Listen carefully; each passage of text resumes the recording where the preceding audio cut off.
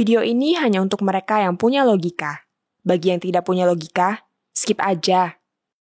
Saya sama sekali bukan penggemar Bambang Pacul, tapi politisi PDIP ini punya nasihat yang sangat layak didengar. Desember tahun lalu dia menasihati masyarakat untuk tidak menyerang Jokowi. Bambang menegaskan, dia sendiri bukan pro Jokowi, tapi dia bilang Jokowi jangan diserang karena Jokowi orang baik. Jangan salah loh, jangan pernah ngelawan orang baik loh Pak. Ini rumus dari kakek saya. Jangan lawan orang baik. Yang kedua, jangan lawan orang cantik. Kalah kau sama orang itu, kata Bambang. Kalau soal jangan melawan orang cantik sih saya tidak setuju dengan Bambang. Tapi soal orang baik, saya pikir itu sangat benar. Dan sekarang ini kita bisa melihat buktinya. Jokowi bisa dibilang sebagai presiden yang paling banyak dihujat, dicerca, dinyinyiri, dan bahkan difitnah selama ini. Bisa dibilang selama 10 tahun berkuasa, Jokowi tidak pernah bisa hidup tenang tanpa cercaan. Tapi sekarang, begitu dia akan turun dari kursi kepresidenan, dia betul-betul terlihat sebagai seorang negarawan sejati. Hasil survei terakhir dari LSI DNJA menunjukkan saat ini 80% masyarakat menyatakan puas dengan kinerja Jokowi. Mayoritas masyarakat mencintainya. Masyarakat menyambut kedatangan Prabowo juga karena antara lain faktor Jokowi. Singkat kata, Jokowi naik ke dan turun dari panggung kekuasaan dengan membawa kebahagiaan bagi masyarakat Indonesia. Tapi sebaliknya, Jokowi juga melahirkan rasa sakit dan pahit di hati kaum pembencinya. Dan kali ini saya ingin bicara soal kaum sakit hati ini. Terus terang saya iba melihat mereka.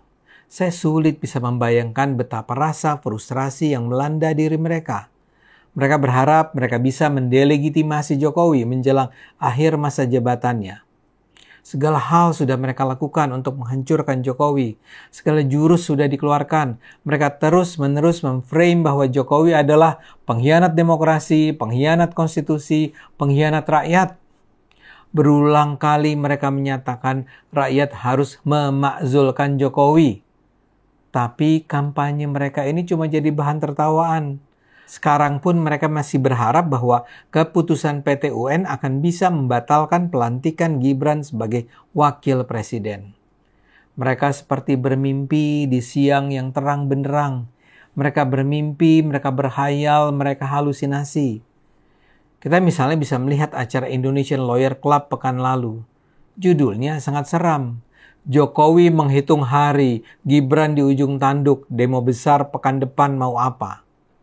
ILC mengundang gerombolan anti Jokowi yang terdiri dari Faisal Assegaf, Refli Harun, Ray Rangkuti, Adi Masardi, dan juga Koordinator Pusat BEM seluruh Indonesia, Satria Naufal. Menariknya, mereka berlima berhadapan dengan hanya satu pembicara yang pro Jokowi dan pro Prabowo selama ini, M. Kodari. Mereka berlima berusaha menghabisi M. Kodari yang tampil sendirian.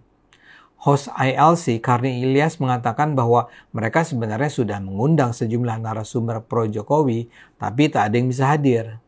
Nama saya pun disebut sebagai orang yang sebenarnya diundang, tapi menolak datang. Soal ini saya perlu klarifikasi.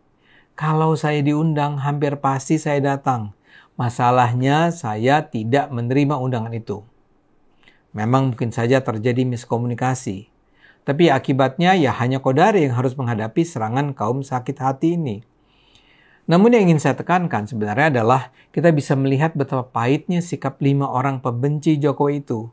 Mereka mengarang bebas, berimajinasi liar tentang kejahatan Jokowi. Sayangnya, mereka kali ini harus berhadapan dengan Kodari. Dengan enteng Kodari menjawab serangan-serangan tersebut dengan sangat sistematis, tajam dan juga mengundang tawa. Kodari malah berjaya menghadapi para pembenci Jokowi yang tampil dengan semangat 45 untuk merujak Kodari dan tentu saja merujak Jokowi. Di kolom komentar salah satu media yang menampilkan berita diskusi tersebut, seorang netizen menulis begini. Mr. Q is the best. Walaupun dikeroyok, Mr. Q bisa mematahkan semua yang diundang.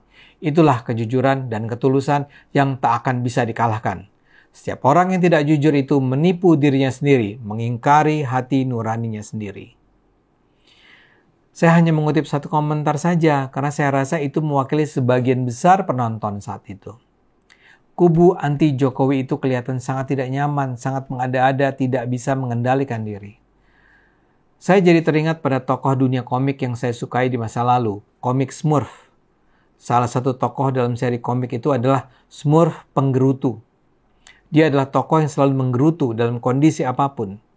Di saat matahari memancarkan sinar, Smurf Penggerutu akan mengeluh karena merasa kepanasan. Tapi di saat hujan lebat, Smurf Penggerutu juga mengeluh karena kedinginan. Jadi, tak ada saat di mana Smurf Penggerutu ini tidak mengomel. Kubu anti Jokowi yang kita kenal saat ini mirip sekali dengan Smurf Penggerutu yang seperti mendedikasikan hidup mereka untuk menggerutu soal Jokowi, Prabowo, dan Indonesia. Mereka tidak berhenti berusaha. Salah satu yang terbaru adalah apa yang disebut sebagai silaturahmi tokoh bangsa. Sejak 2 pekan lalu acara itu sudah diumumkan akan dilakukan. Mula-mula di Balai Sudirman, kemudian pindah ke Bidakara, tapi akhirnya entah kenapa mereka pindah ke Hotel Grand Alia Cikini. Yang hadir adalah para pembenci Jokowi, termasuk mereka yang menamakan diri perwakilan mahasiswa dan emak-emak. Di acara itu, para mahasiswa menampilkan poster Adili Jokowi dan Tolak Gibran. Di sepanjang acara terdengar teriakan, "Tangkap Jokowi, adili Jokowi, gantung Jokowi." Acara dengan tuan rumah Faisal Assegaf dan dipandu Refli Harun itu menghadirkan antara lain mantan Ketua MPR Amin Rais, mantan Wakapolri Majen Ogro Seno, Marwan Batubara, Edi Mulyadi, Roy Suryo, dan presenter Rahma Sarita Al-Jufri. Rahma bahkan menjelaskan acara ini merupakan persiapan karena pada 18 Oktober 2024 nanti akan ada Kongres Adili Jokowi.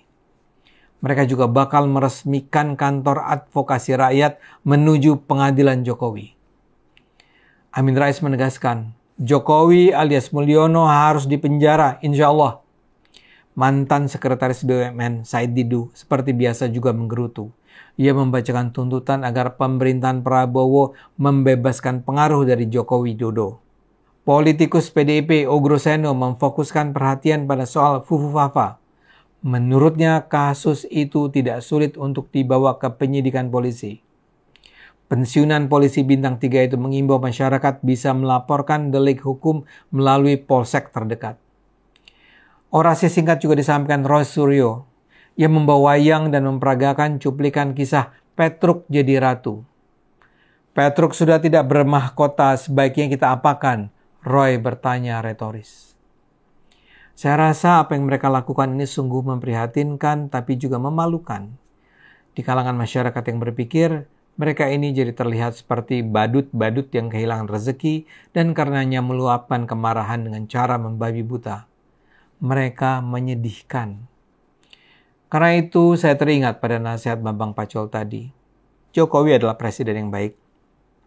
Kalau para pembenci Jokowi itu terus menghina, mengejek, mencerca Jokowi, semua itu akan kembali pada mereka sendiri.